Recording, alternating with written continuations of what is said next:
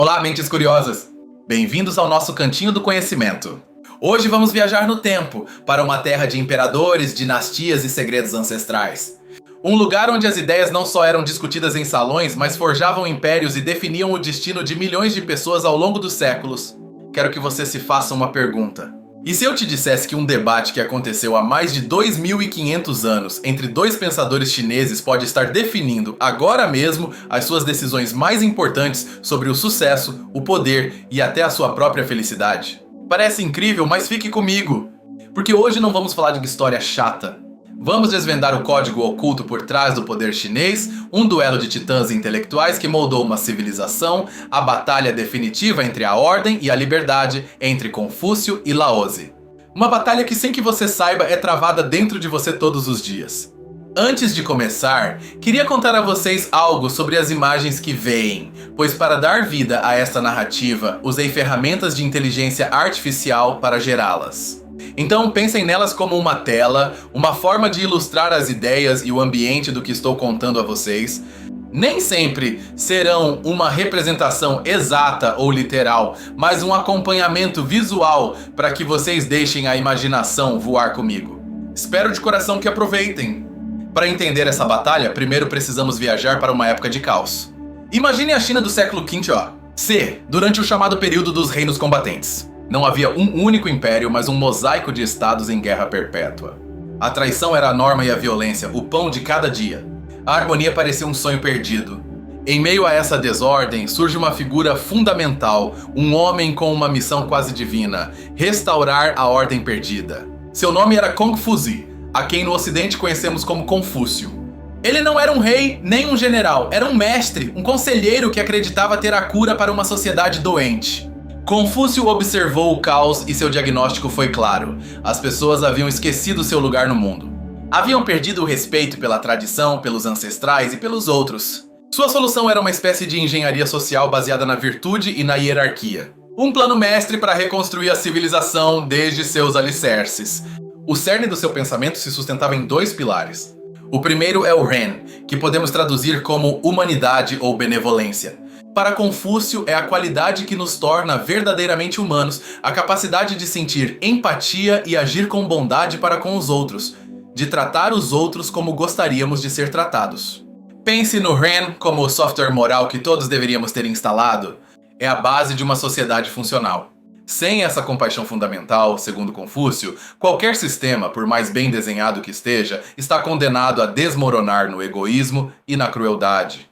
É a regra de ouro universal.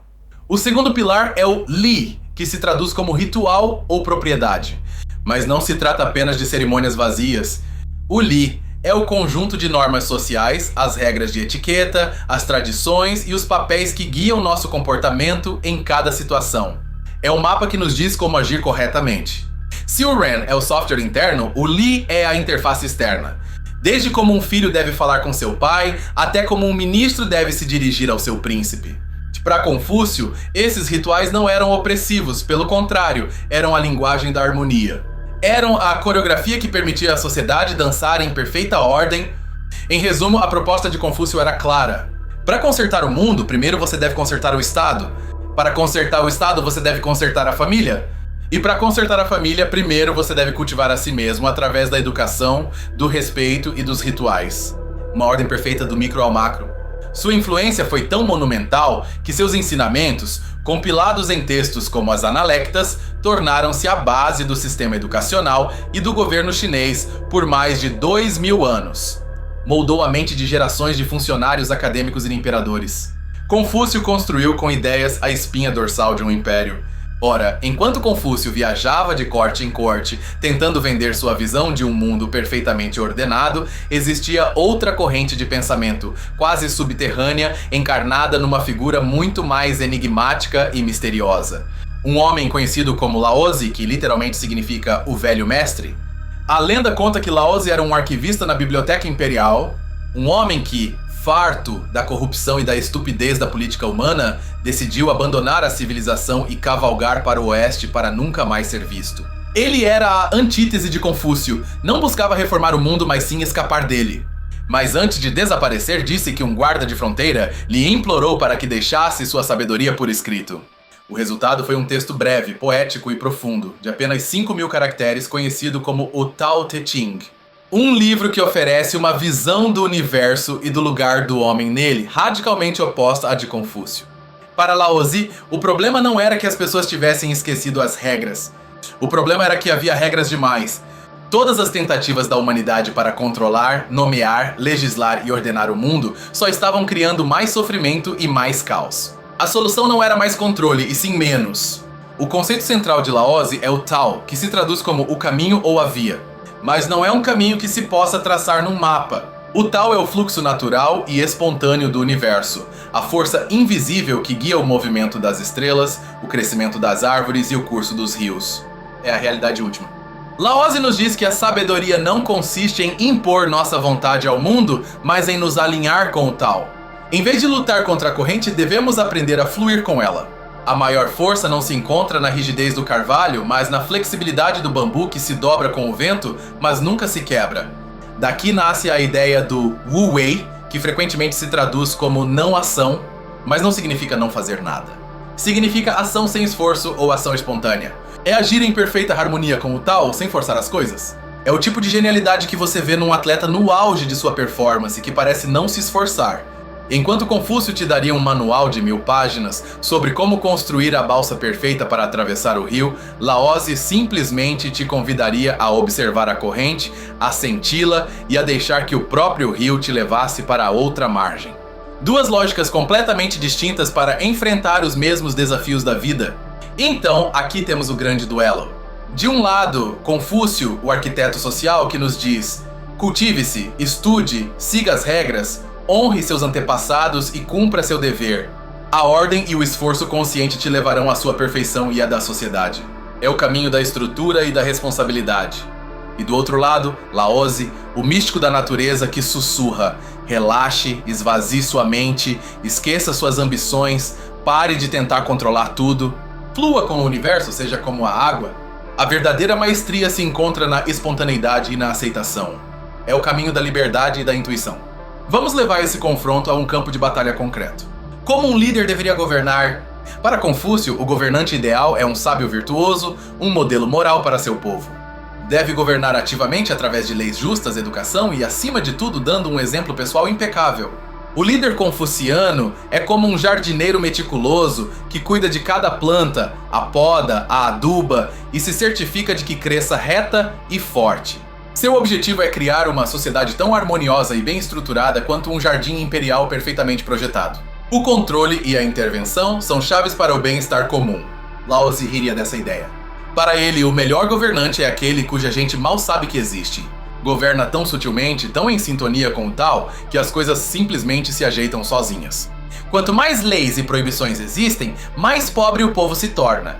Quanto mais o governo intervém, mais caos gera. O líder taoísta é como a gravidade, uma força invisível que mantém tudo no seu lugar sem fazer nenhum esforço aparente. Não faz grandes discursos, não impõe projetos faraônicos. Simplesmente cria as condições para que o povo prospere por sua própria conta. É a arte de governar sem governar, o máximo expoente do Wu Wei. Pensemos agora na vida pessoal e no sucesso. Confúcio te diria que o caminho para o sucesso é o estudo rigoroso, o trabalho duro e a construção de uma boa rede de relações sociais. A reputação, a honra e o serviço à comunidade são as medidas de uma vida bem vivida. É a ética do esforço e da realização social. Laozi, em contrapartida, te advertiria contra essa busca. A fama, a riqueza e o poder são cargas que te afastam do Tao. O verdadeiro sucesso é a simplicidade, a paz interior e a conexão com a natureza. Quem se contenta com o que tem, sempre será rico. É a filosofia da suficiência e da liberdade interior. Então aqui está o dilema, certo? O mundo moderno parece totalmente confuciano. Nos empurra a competir, a construir um currículo, a seguir as regras do jogo social para ascender. A pressão pelo desempenho por ser um membro produtivo da sociedade é imensa. Vivemos na máquina que Confúcio ajudou a projetar. Mas ao mesmo tempo sentimos um anseio profundo pelo que Laozi oferecia. O estresse, a exaustão e a sensação de vazio nos fazem buscar uma saída. Movimentos como o minimalismo, a meditação ou o desejo de desconectar e voltar à natureza são um grito taoísta em meio ao nosso mundo confuciano. A batalha entre Confúcio e Laozi não é apenas história antiga, é a tensão que você sente entre cumprir suas obrigações e seguir suas paixões. É a luta entre planejar cada detalhe do seu futuro e aprender a se deixar levar pelo fluxo da vida. É o conflito entre ser e fazer. Durante séculos na China, essas duas filosofias nem sempre estiveram em guerra. Frequentemente coexistiram de uma maneira fascinante. O confucionismo tornou-se a filosofia oficial do Estado, aquela que regulava a vida pública, a política e a ética familiar. Era o sistema operacional da sociedade. No entanto, o taoísmo tornou-se o refúgio do indivíduo. Era a filosofia da vida privada, da arte, da poesia e da relação com a natureza. Um estudioso podia ser um funcionário confuciano estrito durante o dia e, à noite, retirar-se para seu jardim para pintar montanhas e escrever poemas taoístas. Essa dualidade é talvez o maior segredo da sabedoria chinesa. Não se trata de escolher um lado. Não se trata de saber se Confúcio ou Lao Tse tinham razão. Trata-se de entender que ambos representam dois polos de uma mesma realidade, duas forças complementares, como o dia e a noite, o sol e a lua. É aqui que chega a grande reviravolta, a revelação que muda tudo. A verdadeira maestria não consiste em ser puramente confuciano ou puramente taoísta. A genialidade da cultura chinesa foi aprender a integrar ambos. Usar as ferramentas de Confúcio para navegar o mundo social e as de Laozi para navegar o mundo interior. O imperador mais sábio não era aquele que aplicava apenas a lei e a ordem, mas aquele que entendia quando não fazer nada e deixar que as coisas seguissem seu curso natural. O maior artista não era apenas aquele que dominava a técnica, mas aquele que permitia que o Tao fluísse através de seu pincel. É o equilíbrio dinâmico. Pense na sua própria vida. Você precisa da estrutura confuciana? Você precisa de disciplina para aprender uma habilidade, precisa de regras para que uma empresa funcione, precisa de compromissos para manter um relacionamento. Ignorar a ordem e a responsabilidade é uma receita para o fracasso e o caos. Mas você também precisa desesperadamente da sabedoria taoísta. Você precisa saber quando parar de forçar uma solução, quando aceitar o que não pode mudar, quando tirar um descanso para não se esgotar e quando confiar na sua intuição em vez de analisar tudo em excesso. Ignorar o fluxo e a liberdade é uma receita para a infelicidade. A verdadeira sabedoria, a verdadeira arte de governar sua própria vida, consiste em saber dançar entre esses dois polos. Saber quando ser Confúcio e quando ser Laozi. Quando se esforçar e quando soltar. Quando construir estruturas e quando dissolvê-las, é a lição definitiva deste duelo milenar. O legado de Confúcio vive na ênfase na educação, no respeito pela família e na importância da coesão social que vemos em muitas culturas do leste asiático. Sua visão de uma sociedade meritocrática, onde os mais capazes governam, foi revolucionária e continua sendo um ideal poderoso em todo o mundo. Enquanto isso, o legado de Laozi é universal e atemporal. Ressoa na filosofia Zen, nas artes marciais como o Tai Chi, que ensina a vencer a força com a suavidade, e na psicologia moderna, que nos fala da importância do flow e de viver o momento presente. Sua sabedoria é um bálsamo para a alma estressada. No final, esses dois velhos mestres não nos ofereceram um conjunto de respostas, mas um mapa das perguntas fundamentais. Como equilibramos nossas necessidades individuais com as do coletivo? Como encontramos a harmonia em um mundo inerentemente caótico? Como vivemos uma vida plena e com propósito? Da próxima vez que você se sentir oprimido por suas responsabilidades, ouça a voz de Laozi sussurrando para você respirar e fluir. E da próxima vez que precisar de força para superar um desafio, invoque o espírito de Confúcio, que te lembra o poder da disciplina e da perseverança. Porque eles não são inimigos? São os seus dois melhores conselheiros, os dois guias que uma das civilizações mais antigas do mundo te legou para te ajudar a navegar a incrível e complexa aventura de ser humano. O segredo não é escolher um, o segredo é saber quando ouvir a cada um. A ordem confuciana pode ser vista como uma estrutura, um esqueleto que dá forma à sociedade. Proporciona estabilidade e previsibilidade.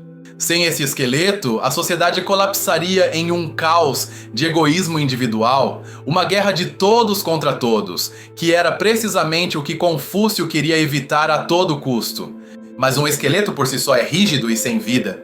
Precisa do fluxo do Tao para se mover, para respirar. O taoísmo é como o sistema circulatório, a energia vital que flui através da estrutura, dando-lhe flexibilidade, adaptabilidade e a capacidade de curar.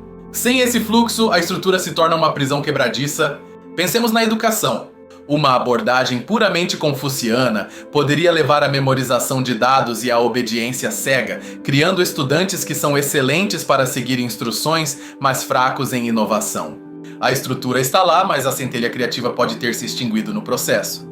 Uma abordagem puramente taoísta da educação poderia ser demasiado desestruturada, deixando os estudantes sem as habilidades fundamentais e a disciplina necessárias para funcionar no mundo.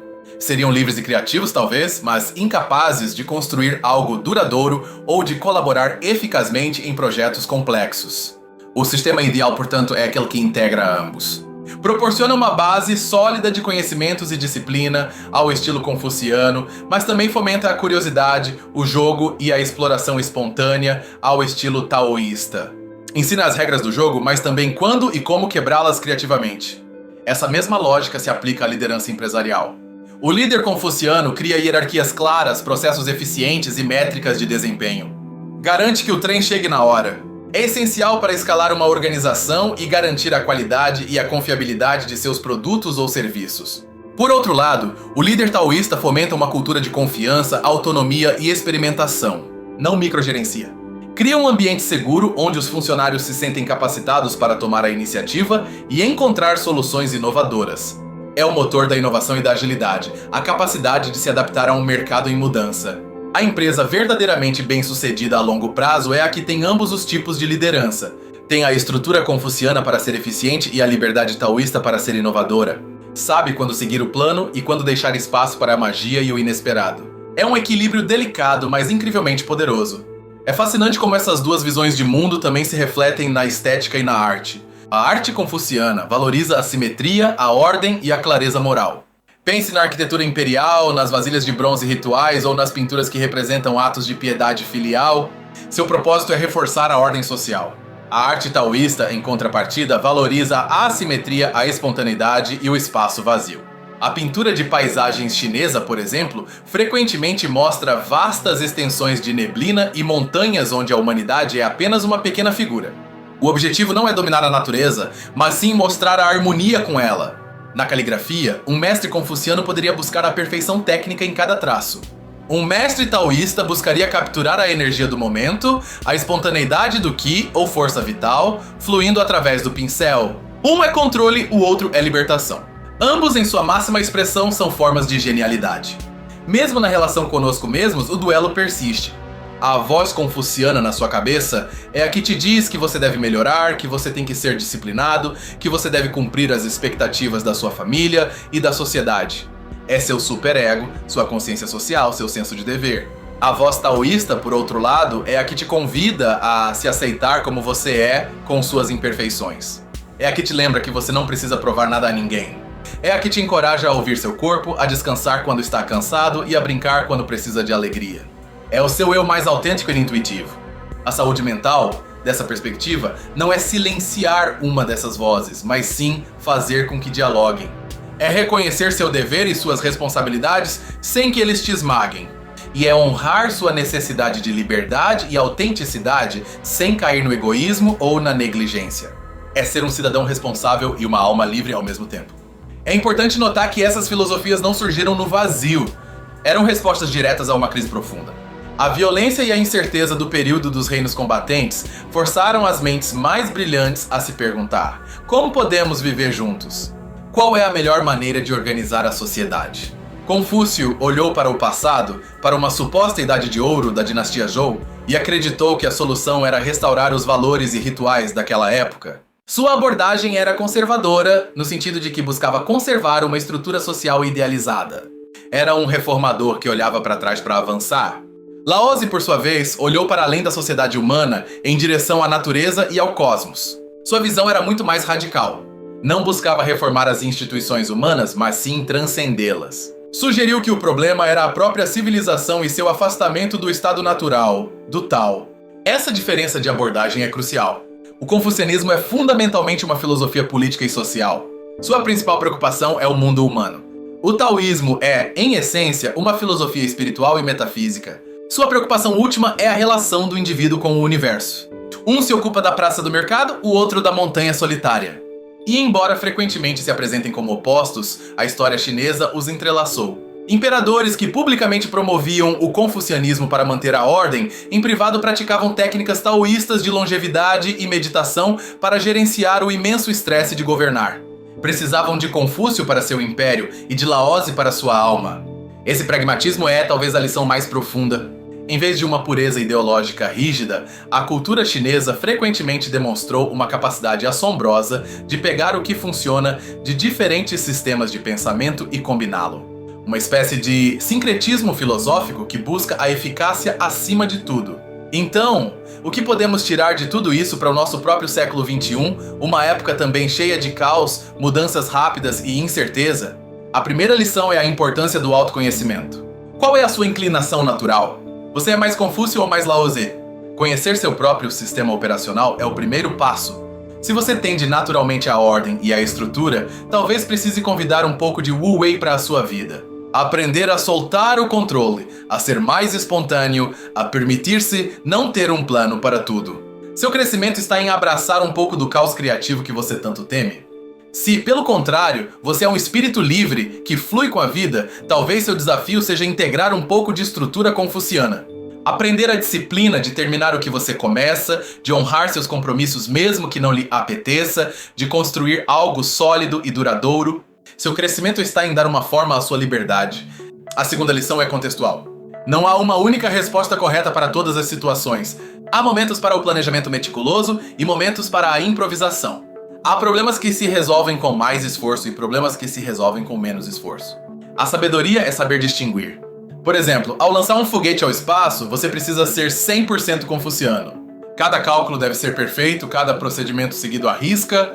Mas ao escrever um poema ou compor uma canção, você precisa ser 100% taoísta? Você deve deixar que a inspiração flua sem forçá-la. A maioria das situações da vida, no entanto, não são tão extremas. Encontram-se em um ponto intermediário, exigindo uma mistura de ambas as abordagens. Criar um filho, por exemplo, exige estabelecer regras e limites claros, mas também dar-lhe a liberdade de explorar e cometer seus próprios erros. A beleza desse quadro de pensamento é que ele nos liberta da tirania do ou isso ou aquilo. Você não precisa ser um executivo implacável ou um eremita desconectado. Você pode ser ambos. Pode construir uma carreira de sucesso e, ao mesmo tempo, cultivar uma profunda paz interior e conexão com a natureza. O grande imperador chinês da antiguidade, Qin Shi Huang, foi um confuciano extremo.